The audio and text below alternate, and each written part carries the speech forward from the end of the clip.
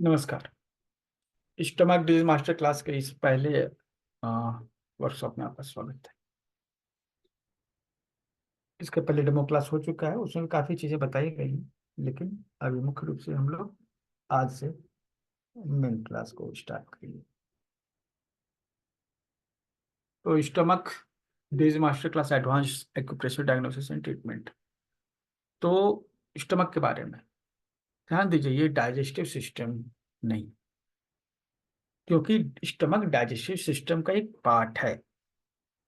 तो हम क्या कर रहे हैं, डाइजेस्टिव सिस्टम पूरा नहीं ले रहे, हम स्टमक पे फोकस कर रहे हैं। इसके बाद की जो वर्कशॉप होगी वो स्प्लीन पर होगी, उसके बाद जो वर्कशॉप होगी वो छोटी आंत और बड़ी आंत पर होगी। इस तरह से स्टमक जो है हमला हमारा पहला है, और पूरा डाइजेस्टिव सिस्टम जो है इन हिस्से में बटा हुआ है। इसमें आपका देखिए, स्टमक एक पार्ट को ले रहे हैं, फिर छोटी आंत को लेंगे, स्प्लीन को लेंगे, बड़ी आंत को लेंगे।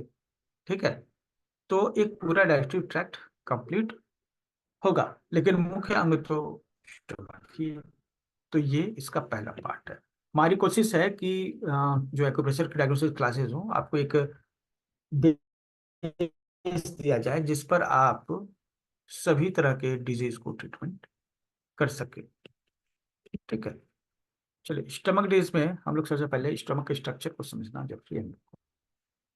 ठीक है, तो ये इसको एक जे शेप्ड ऑर्गन कहते हैं, मतलब ये एक जे शेप का ऑर्गन है। शेप मतलब इसका होता है, the stomach is the dilated portion of alimentary canal. ठीक है, situated with upper part of the abdomen, extending from beneath of the left costal margin region into the epigastric and umbilical region। देखिए, ये जो नाभि के ऊपर, नाभि का जो एरिया है ना, वो आपका अम्बिलिकल रीजन कहलाता है। ठीक है, तो अधिकतर पार्ट जो स्टमक का है, जो रिब्स हैं उनके अंदर होता है। रिब्स जो आपके राइट और लेफ्ट में रिब्स है, उसके अंदर होता है। ठीक है, और ये जो दो हिस्सा, ये जो है ना, इस तरह से स्टमक होता है कि इसका ये जो हिस्सा मतलब कि फिक्स होता है, मूवमेंट मूवमेंट नहीं होता है इसमें, लेकिन बाकी के बीच का हिस्सा वो मूवमेंट करता है।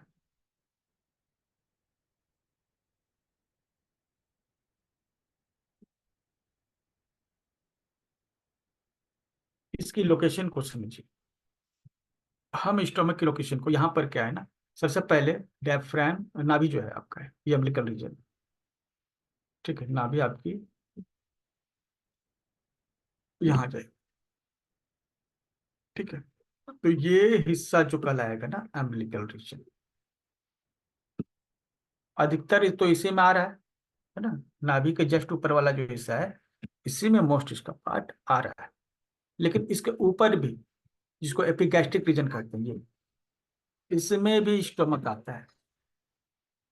ठीक है, तो मेन हिस्सा अम्बिलिकल रीजन में आता है और ऊपर एपिगैस्ट्रिक रीजन में आता है।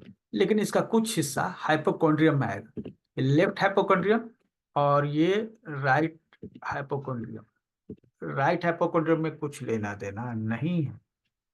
ठीक है, उसी तरह से लेफ्ट फ्लैंक में भी नहीं है, राइट फ्लैंक्स में भी नहीं है स्टोमक। ठीक है, और इलियक फोसा का जो रीजन है, मतलब ये सब इसमें भी नहीं। डाइजेस्टिव सिस्टम है वहां पे आंत के रूप में, लेकिन स्टमक नहीं। स्टमक कहाँ है, नाभि के ऊपर अम्बिलिकल रीजन में, और फिर उसके ऊपर डायफ्राम के नीचे। तो डायफ्राम से नीचे का जो हिस्सा है, ये डायफ्राम से नीचे का जो हिस्सा आ जाएगा, ठीक है, कचरा ज्यादा होगा, चलिए इसको साफ करते हैं। ठीक है, ये हिस्सा,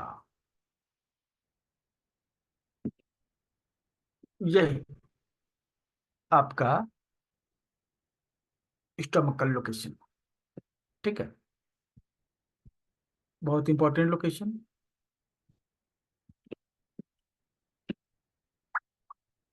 अब इसको जो है किस तरह से हम लोग देखते हैं। ठीक है, तो ये रफली जे कर्व,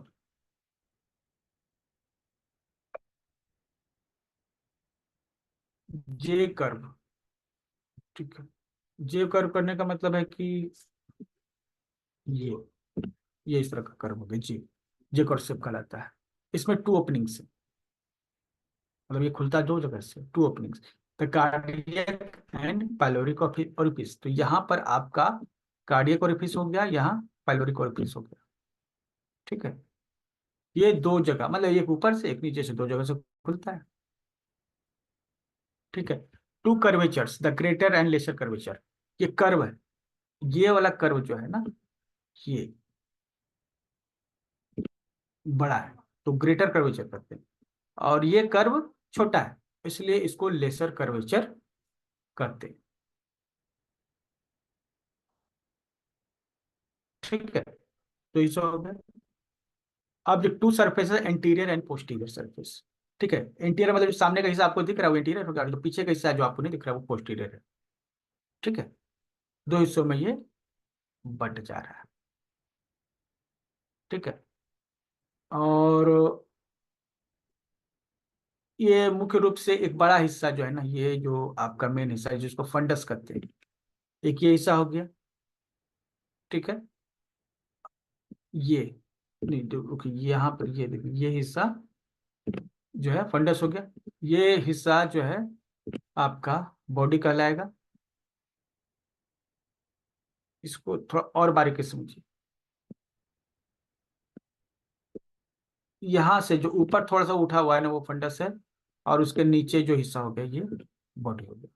फंडस और बॉडी में अटका हुआ है। ठीक है, और एक पैलोरिक पार्ट है जहाँ इसको पैलोरस कहते हैं। ठीक है, और दूसरा कार्डियक पार्ट है। यहाँ पर दो नल लगे हुए हैं, प्रोटीन नल जिसको इसको स्पीकर। ए बंडू थांबशील. ए बंडू.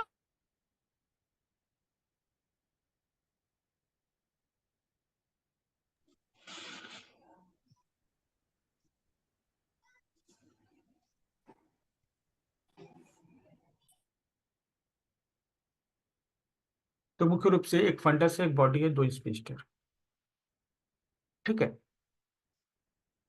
एक ऊपर का हिस्सा, एक नीचे का हिस्सा, इस तरह से एक स्टमक बनता है। ठीक है, तो उसी बात को जो है यहाँ पर एक अलग फिगर में भी दिखाया गया है। ठीक है, कि बॉडी का कौन कौन सा पार्ट हो गया, थोड़ा साफ, ये हिस्सा जो ऊपर हो गया ये फंडस हो गया, ये यहाँ से यहाँ तक बॉडी हो गया, ये एट्रियम पार्ट हुआ, पाइलोरस एट्रियम का पार्ट हुआ। ठीक है, और एक कार्डियक ओरिफिस, ये चीज। ठीक है, इस तरह से स्टमक इन हिस्सों में बटा हुआ है, चार हिस्सों में मुख्य। ठीक है, अब यहाँ पे कर्वेचर की बात करते हैं। तो दो तरह कर्वेचर अभी आपने जाना कि स्टमक जो है, एक ये कर्वेचर, ये कर्व है, और एक ये फंडस से लेकर पैलोरिस कवर करते हुए ये कर्व। दो कर्व हो गए, तो एक छोटा एक बड़ा है, तो छोटा है तो लेस कर्वेचर हो गया, बड़ा है तो लार्जर कर्वेचर हो, ग्रेटर कर्वेचर हो। समझना बहुत मुश्किल नहीं है, शब्दों को समझिएगा तो बहुत आसानी से आप इसको समझ सकते हैं, कोई बहुत बड़ी चीज नहीं। ठीक।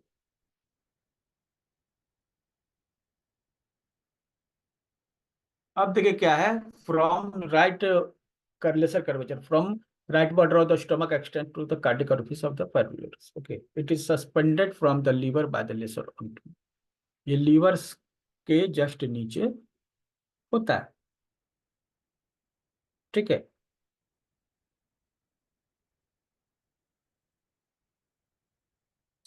चेक कर लो तो स्पष्ट पता चलेगा। ठीक है, और यहाँ पर लीवर जो है स्टोमक के साथ कनेक्टेड होता है, ये कुछ लिगामेंट्स होते हैं, इसको हिपैटोगैस्ट्रिक या हेप्टोगैस्ट्रिक लिगामेंट कहते हैं। ये लिगामेंट का क्या काम, एक सपोर्ट देना है, इसको लेसर ओमेंटम कहते हैं। अब देखिए ये क्या है कि एक तरीके से देखिए ना, ये मसल्स के थ्रू जो है लीवर जो है उसके नीचे स्टोमक अटका हुआ है, बांध के रखे हुए। तो जाहिर सा बात है कि थकता भी होगा। कब तक अटका रहेगा बेचारा वहाँ स्टोमक, लीवर को भी प्रेशर देता रहेगा। तो व्यक्ति जो है नॉर्मली जब बैठा रहता है ना, तो इस तरह से ये नीचे बिकॉज ऑफ ग्रेविटी जो आपका हेप्टोगैस्ट्रिक लिगामेंट है या लेसर ओमेंटम, ये थक जाता है। हम लोग ऐसा कुछ करेंगे ना, जैसे कि उल्टे हो गए, जैसे शीर्षासन हमने किया या सर्वांगासन हमने की, तो क्या होता है, ये लिगामेंट जो है ना, इनको थोड़ा मौका मिल जाता है रेस्ट लेने का, है ना। तो हमें करना चाहिए सर्वांगासन, शीर्षासन, एज के हिसाब से। ठीक है, हलासन कर सकते हैं।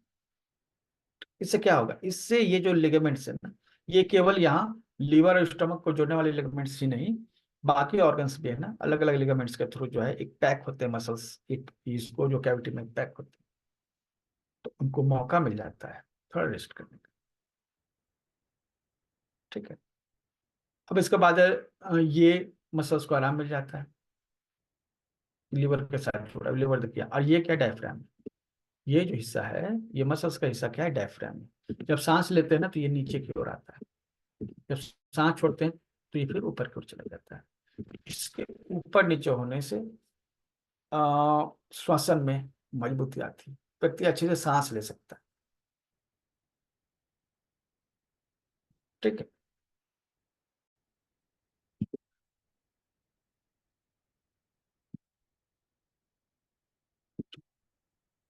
ग्रेटर कर्वेचर, बड़ा वाला हिस्सा, ये थोड़ा ज्यादा बड़ा है,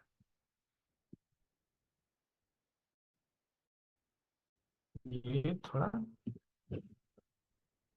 ज्यादा बड़ा है। much longer than the lesser curvature, extend from left of the cardiac orifice। तो ये इसका डोम।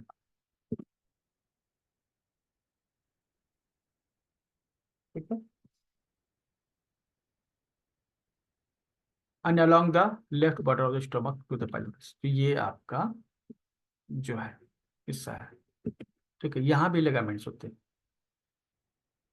यहाँ भी क्या होते हैं, गैस्ट्रो स्प्लेनिक ओमेंटम होते हैं, मतलब लिगामेंट होते हैं। ठीक है, और ये दो हिस्सों में थे, द ग्रेटर ओमेंटम और गैस्ट्रो स्प्लेनिक ओमेंटम। ठीक है, तो यहाँ पर जो मसल्स होते हैं उसको गैस्ट्रो स्प्लेनिक मसल्स कहेंगे। तो स्प्लिन को यहाँ पर जोड़ के रखे हुए हैं। ठीक है, extend from the lower part of the greater curvature to transverse. अब यहाँ से यहाँ भी मसल्स हैं, यहाँ से यहाँ भी मसल्स हैं जो स्टमक को सपोर्ट किए हुए हैं। ठीक, और इस तरह से हमारा कर्वेचर का ये कहानी।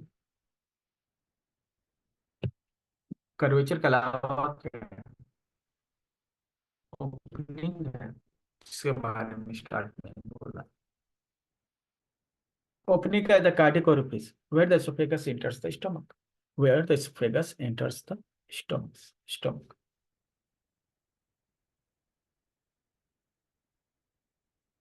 अब क्या है, इसको मार्क करते हैं। Cardiac orifice where the oesophagus enters the stomach, ये एसोफेगस है। ठीक है, ये स्टमक में इंटर करता है, तो यहाँ एक दरवाजा है, ये कार्डिया, ये गेट का नाम है, ये कार्डियक ओरिफिस कहलाएगा। ये हिस्सा कार्डियक ओरिफिस कहलाएगा, ये गेट कार्डिया कहलाएगा। ठीक है, तो होता क्या है कि जब कोई व्यक्ति डायरेक्ट पानी पीता है, डायरेक्ट पानी पीता है ना, खड़े खड़े पीता है, अगर बैठ के पीता है ना तो ये रिलैक्स मूड में होता है। खड़े खड़े पानी पीने से ये डायरेक्ट पानी यहाँ पे टच करता है और इस कार्डिया को क्या करता है, डैमेज करता है। ये गेट है, ये क्या है, गेट है। और ये गेट कमजोर होगा तो स्टमक में जो फ्लूइड हो, गैस है, वो वापस अगर बैठे हुए तब तो नहीं, लेकिन जब ये वापस इसोफेगस में जा सकता है। तो यहाँ गेट मजबूत होना चाहिए। इसलिए अचानक से पानी पीते हैं, घूट घूट के पानी करते हैं, तो धीरे धीरे ये वॉल को टच करते हुए यहाँ आता है। और डायरेक्ट पानी पीते हैं तो डायरेक्ट इस कार्डिया के सेंटर पार्ट को टच करता है और कार्डिया को कमजोर करता है। इसलिए आप खड़े खड़े पानी पी रहे हैं, अचानक से पानी पी रहे हैं, तो आपको क्या होना है, ये कार्डिया कमजोर होगा। और जब ये कार्डिया कमजोर होगा, ठीक है, तो आपको थोड़ा सा भी गैस जो है, ये तो गैस का कंटेनर है ना, फ्लूइड का कंटेनर है, एसिड है इसमें। ये अगर आप सोएंगे, जैसे ऐसे तो सीधा है कि ऐसे नहीं चढ़ सकते हैं, लेकिन गैस तो चढ़ सकती है, लिक्विड नहीं चढ़ सकेगा। लेकिन क्या है कि ये कार्डिया कमजोर हो गया ना, तो यहाँ कोई भेद नहीं रहा, कोई डिफरेंस नहीं रह गया, ठीक है। और जो फ्लूइड है इसमें डायरेक्ट जा सकता है। इसलिए खड़े होकर पानी पीने से जो गैस बनता है, ठीक है, वो खतरनाक होता है, क्योंकि इस कार्डिया को कमजोर कर देता है। हम इस पर मसाज करके इसको मजबूत कर सकते हैं। इसके लिए पॉइंट है CV13 को मसाज करेंगे ना, तो ये कार्डिया मजबूत होगा, जो हम लोग आगे समझे, ठीक है। तो ये हो गया।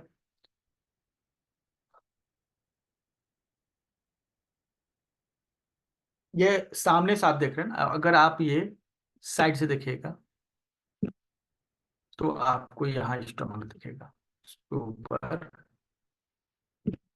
ठीक है। ये आपका हो जाएगा ये लंग्स, ठीक है। ये तो लीवर है, ये वाला,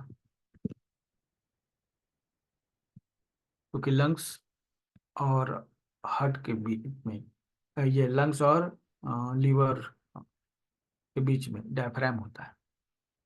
डायफ्राम के ऊपर लंग्स और हार्ट होता है, डायफ्राम के नीचे ये लीवर है, और साइड में क्या है, या स्टमक, ठीक है। तो लेटरल साइड में हम लोग देखते हैं तो इस तरह से दिखता है, सामने से इस तरह से दिखता है,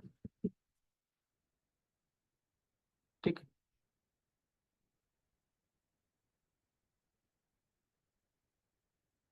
तो दूसरा ओपनिंग क्या है, pyloric orifice, found by the pyloric canal.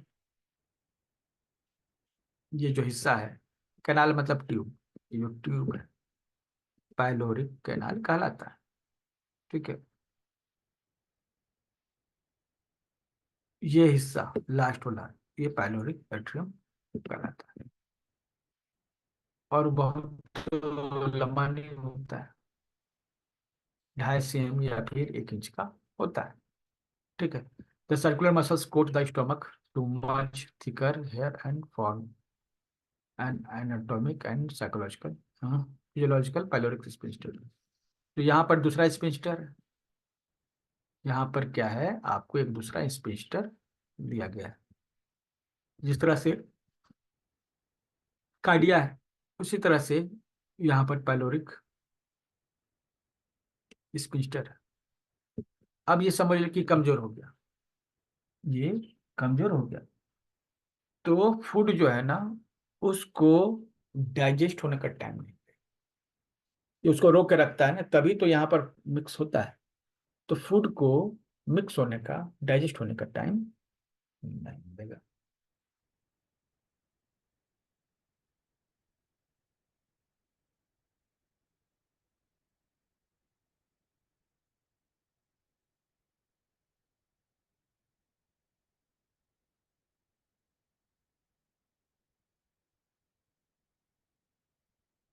चलिए आगे बढ़ते हैं इसमें। स्टमक का जो वॉल है, स्टमक का है ना एक मिक्सी, घर में आपके या मिक्सी होगा, सब भोजन डालते हैं, उसको मिक्स करते हैं, वो पतला हो जाता है, चटनी बन जाती है।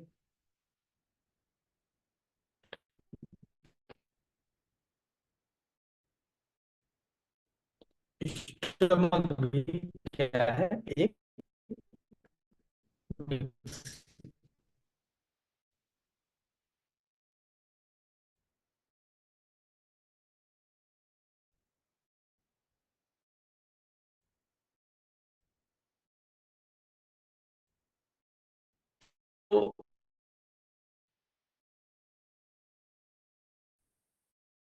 मेरी आवाज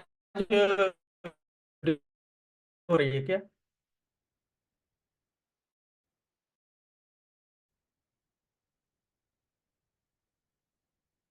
अगर मेरी आवाज आ रही है सही तो जल्दी से यस लिखिए चेक बॉक्स में।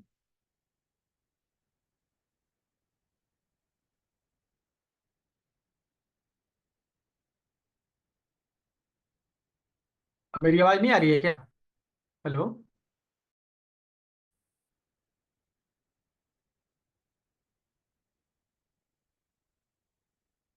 मेरी आवाज देखिए।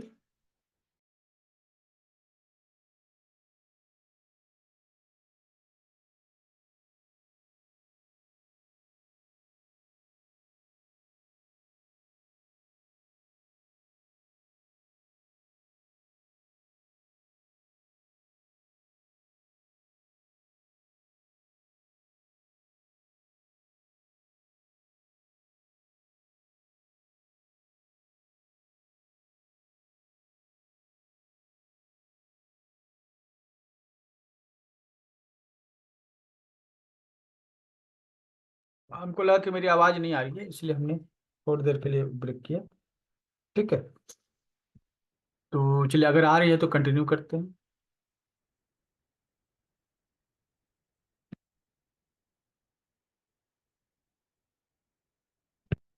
तो स्टमक की जो वॉल है ना वो भी मसल से बनी हुई थी। और अगर इंडोस्कोपी डालकर देखा जाए तो अंदर जो चीज दिखेगी। ठीक है। रुको नेटवर्क थोड़ा चेंज कर लेते हैं।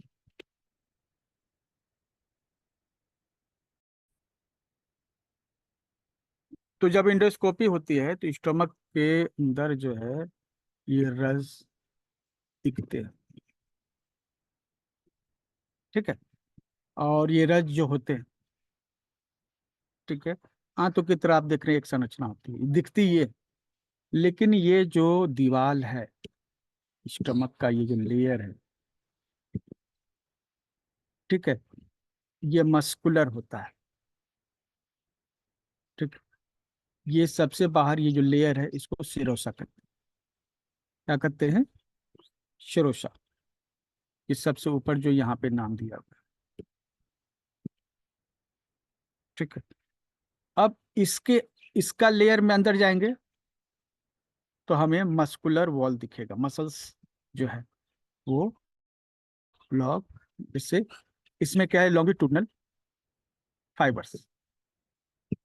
ये जो वॉल है ना इसमें लॉन्गिट्यूडनल फाइबर्स सर्कुलर लेयर है ऑब्लिक लेयर है। ये क्या है? एक्चुअली ये लेयर जो है ना मसल्स के अलग अलग लेयर है। लॉन्गिट्यूडनल जो लेयर है। ठीक है। उसके जस्ट नीचे ये सर्कुलर लेयर है मतलब ये इस तरह से सर्किल बना हुआ है गोल गोल मस्कुलर सर्किल है। ऑब्लिक है मतलब ये तिरछा मसल्स का एक लेयर। ट्रांसवर्स है मतलब इस तरह से एक लेयर बना। ये सर्कुलर तो ये जो स्टमक है उसकी दीवार है उसके लेयर है। ठीक है। अब ये जो फोल्ड्स हैं उसके अंदर में ये फोल्ड्स आता है ये रज कहलाती है। ठीक है। तो ये दीवार की जो संरचना है इस तरह से। ठीक है। चलिए अब इसके भी आगे हम लोग बढ़ते हैं।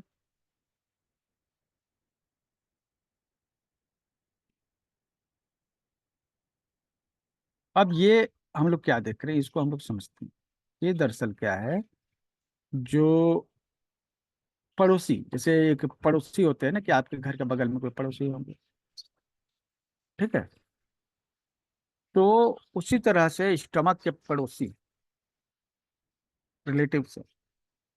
ठीक है। किस तरह के रिलेटिव्स? इनके घर के आगे कौन रहता है इनके घर के पीछे कौन रहता है ये दोनों पड़ोसी कहलाते हैं। ठीक है। तो स्टमक के जो आगे रहता है वो पोस्टीरियर रिलेशंस कहलाते हैं। स्टमक के आगे रहने वाले पोस्टीरियर रिलेशंस कहलाते हैं और जो पीछे है इंटीरियर रिलेशंस कल आएंगे।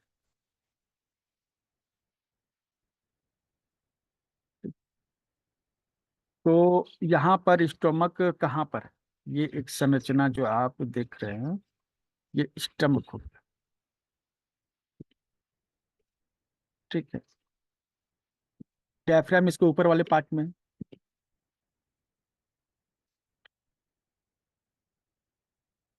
और जब पोस्टीरियर है ना, ये ऊपर है। ठीक है।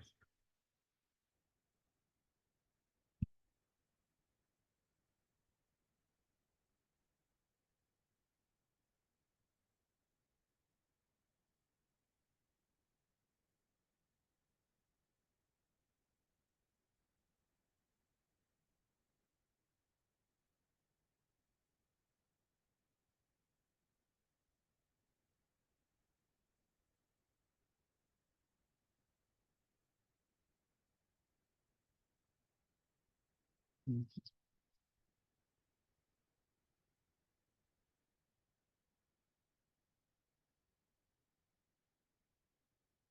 ठीक है। अब जो है स्प्लीन जो है, इसके यहाँ पीछे, यहाँ पे ये देखिए, स्टमक से ये हिस्सा लगा हुआ जो स्प्लीन है। फिर इसके पीछे जाइएगा तो यहाँ लेफ्ट किडनी। ठीक है, राइट में लेफ्ट किडनी, ये टच कर रहा है स्टमक के साथ। ठीक है। स्प्लीन में जो आर्टरी है, जिसको स्प्लेनिक आर्टरी कहते हैं, वो भी इसके साथ टच कर रहा है। ये वाला स्प्लीन की जो आर्टरीज है, जो स्प्लीन को ब्लड सप्लाई कर रही है, वो भी यहाँ पर टच कर रही है। पैंक्रियाज भी यहाँ पर टच कर रहा है। ये देखिए।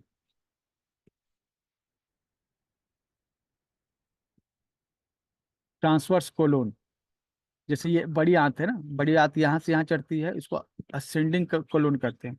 फिर यहाँ से जो नीचे हिस्सा जाता है, उसको डिसेंडिंग कोलोन करते हैं। और इसके बीच में यहाँ से यहाँ तक जो हिस्सा होता है ना, उसको ट्रांसवर्स कोलोन करते हैं। तो ये स्टोमक के यहाँ जस्ट नीचे टच करता है। ठीक है। तो यह जो है हिस्सा जो है स्टोमक के साथ जुड़ा हुआ है। ठीक है। ऊपर फिर यहाँ डायफ्राम जो है और लीवर भी है। डियोडेनम यहाँ है ना। ठीक है, ये यहाँ पे इस तरह से आता है। तो यहीं पर जो है लीवर है। ठीक, तो लीवर का लेफ्ट लोब जो है यहाँ टच करता है, मतलब इस साइड का लीवर इसको टच करता है। तो ये लीवर से टच कर रहा है, लेफ्ट किडनी से टच कर रहा है, स्प्लीन से टच कर रहा है, स्प्लीन की आर्टरी से टच कर रहा है, ये पेंक्रियाज से टच कर रहा है, ये ट्रांसवर्स कोलन से टच कर रहा है, डायफ्राम से टच कर रहा है। इतनी सारी चीजों के साथ ये टच में होता है। तो इसकी एक एनाटॉमिकल पोजीशन को देखने पर पता चलता है कि ये बहुत सारे ऑर्गन, इंपॉर्टेंट ऑर्गन है, सब इसके टच में, और इसका प्रभाव भी पड़ता है। ब्लड सप्लाई, आर्टरी जो है हार्ट से ब्लड को सप्लाई करती है किसी ऑर्गन। ठीक है।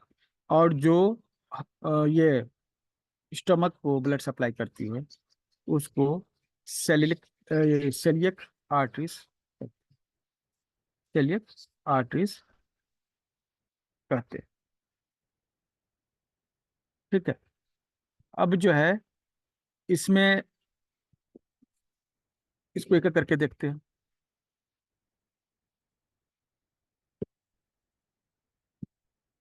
लेफ्ट गैस्ट्रिक आर्टरीज, ये सीलियक आर्टरी से स्टार्ट होती है। ये जो आयोटा है उसमें, ये आपका, ये जो निकल के हिस्सा, आयोटा एक बड़ी नस है, सबसे बड़ी।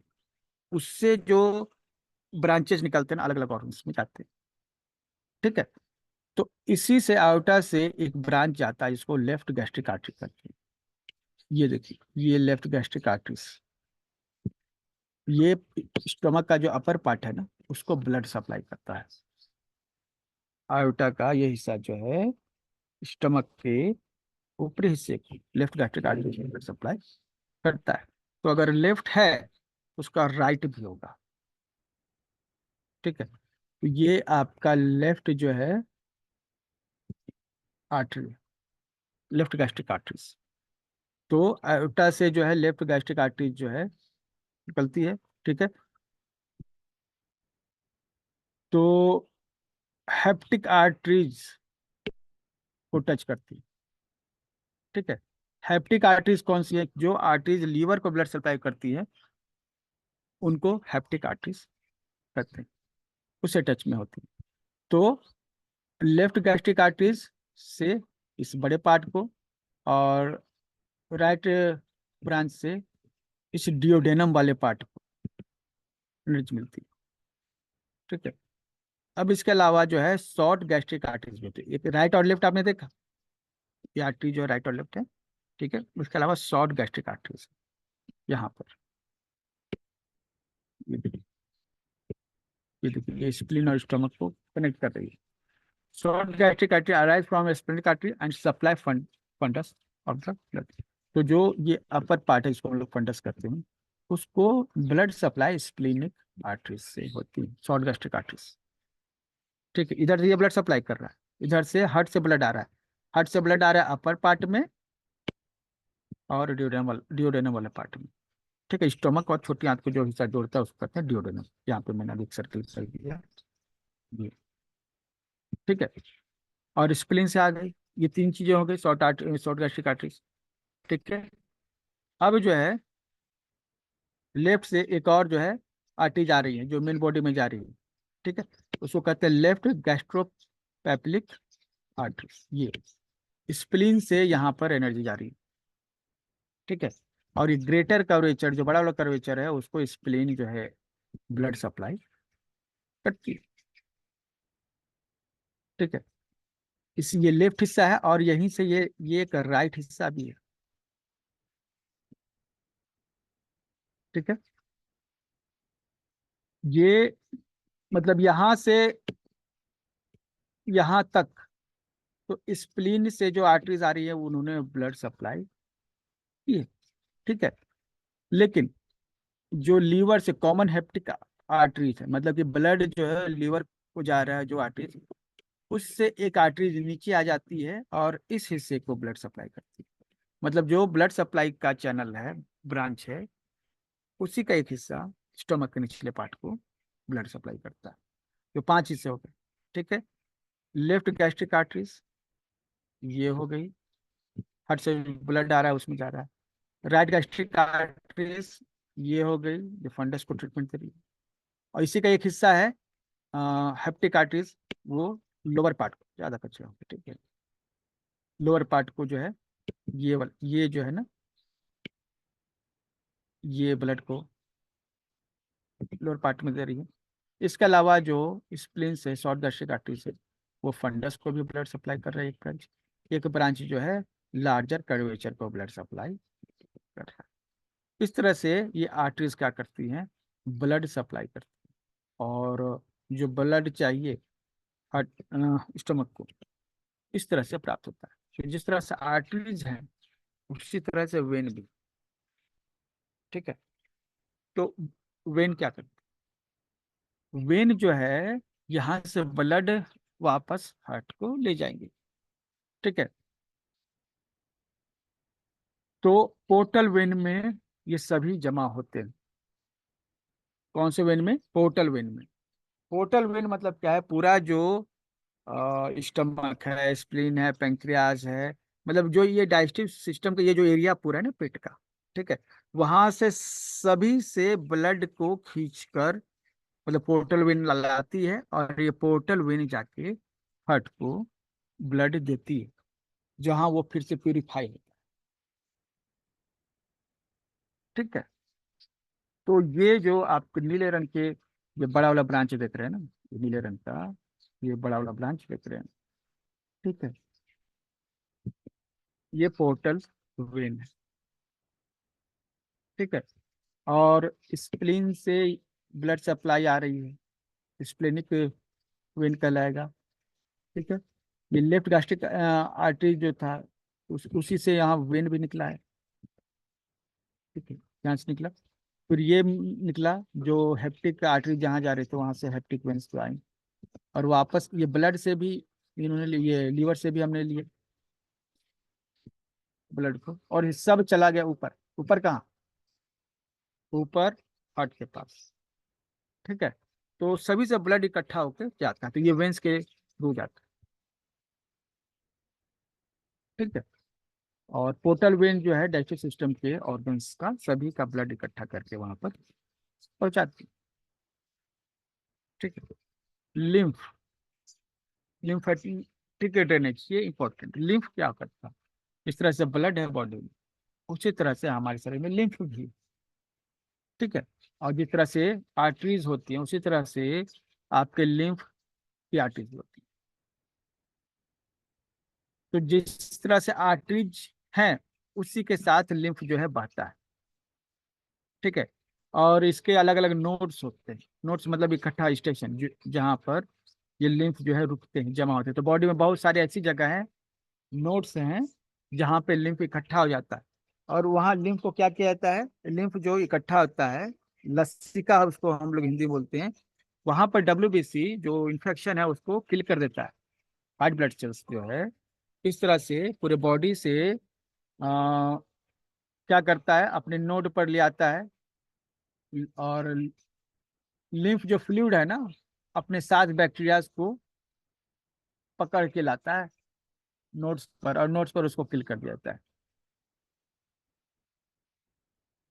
ठीक है, तो इसे जो भी आर्टरीज है उसके जहां जहां आर्टरीज हैं उसी के साथ लिम्फ नोड्स भी होता है। ठीक है, जितना भी आर्टरीज का नाम लिया उसके साथ लिम्फ नोड्स भी, ये लिम्फ जो है भी बहता है। ठीक है, और ये सब एक जगह इकट्ठा होते हैं सिलिक नोड में। ठीक,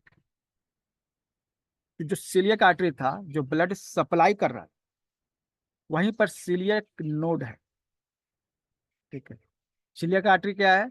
वो आर्टरी जो स्टमक को ब्लड सप्लाई करती है, क्योंकि अभी देखना, देखा आपने स्प्लीन से आ रहा है, लीवर से भी आ रहा है आर्टरीज, ये सभी एक्चुअली इस सीलियक नोड से ही जा रहा है।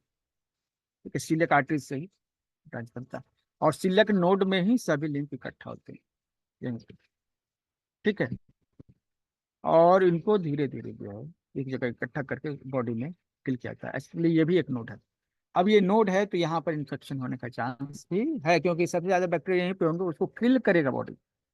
जहां जहां बॉडी में नोड्स होते हैं ना वहां पर बैक्टीरिया जमा होते हैं, फिर उसको किल किया जाता है।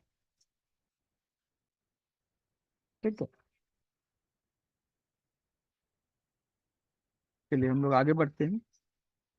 अच्छा, आगे है कि नहीं है ये भी देखना होगा।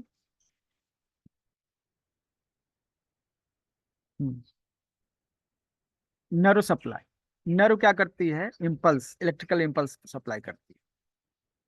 ठीक है, तो the nerve supply includes sympathetic fibers derived from celiac plexus and parasympathetic fibers from the right vagus and left vagus। तो वेगस नर्व क्या करती है? एक्चुअली वेगस नर्व जो है ना, शरीर में जितने भी ऑर्गन्स हैं उनको इंफॉर्मेशन देती है, और फिर वहां से इंफॉर्मेशन लेती है। ये इंफॉर्मेशन आपस में शेयर किया जाता है। कौन आपस में शेयर करते हैं? ब्रेन शेयर करता है, ऑर्गन शेयर करते हैं, हार्ट शेयर करता है। मतलब वेगस नर्व जो है ऑर्गन्स को भी, और जो ऑर्गन्स है, हार्ट है और ब्रेन है, सबको कम्युनिकेट करने का, आपस में कम्युनिकेशन काम करता है। एक जगह से इंफॉर्मेशन दूसरी जगह इंफॉर्मेशन ले जाने का काम करता है। ठीक है, तो नर्व सप्लाई जो है सिंपैथेटिक फाइबर, ठीक है, सेलियक प्लेक्सिस जो है, जो आपका सेलियक आर्टरीज थी जो हार्ट से आ रहा था, और जो सीलियक नोड था उसको हम लोग सेलियक प्लेक्सिस कहते हैं। मतलब एक ऐसा जोड़ जहाँ पर केंद्र है, जैसे चक्र हम लोग कहते हैं ऊर्जा के केंद्र है ना, तो उसी तरह से जो सेलियक प्लेक्सिस है उसका मतलब वह एक केंद्र है, जहाँ पर ऊर्जा काफी ज्यादा, जहाँ पर एक्टिविटी काफी ज्यादा है। मतलब एक बड़ा स्टेशन है, चौक जैसे हम लोग कहते हैं उस तरह से। जैसे हम लोग का होता है ना कि चौक पर ज्यादा लोग इकट्ठे होते हैं, दुकान ज्यादा होती है, ज्यादा काम होता है, उसी तरह से वो एक चौक। ठीक है, और ये चौक जो है नर्व सप्लाई करता है स्टमक। जो सेलियक प्लेक्सिस है वो क्या करता है, यहाँ से नर्व निकलती है और स्टोमक में जाती है। तो कब भूख लगना है ये मैसेज करता है, ठीक है। और कब भूख नहीं लगना ये भी मैसेज करती है, ठीक है।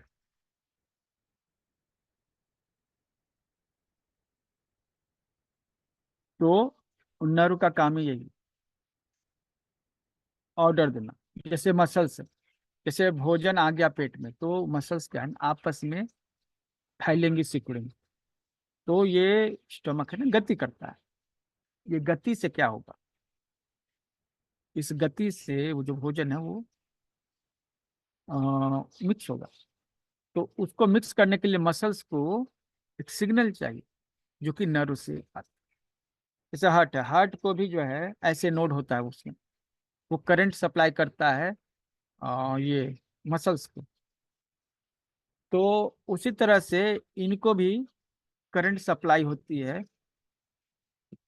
नर्व के थ्रू, तब वो फैलना, सिकुड़ना, मथना, स्टमक में जो फूड है उसको स्क्वीज करना, ये सब काम करते हैं, ठीक है।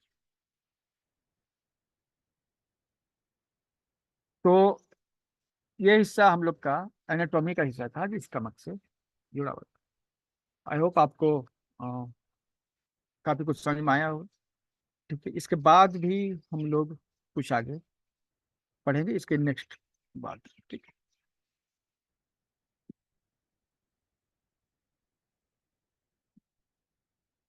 एनाटॉमी का ये हिस्सा हम लोग कंप्लीट करते हैं।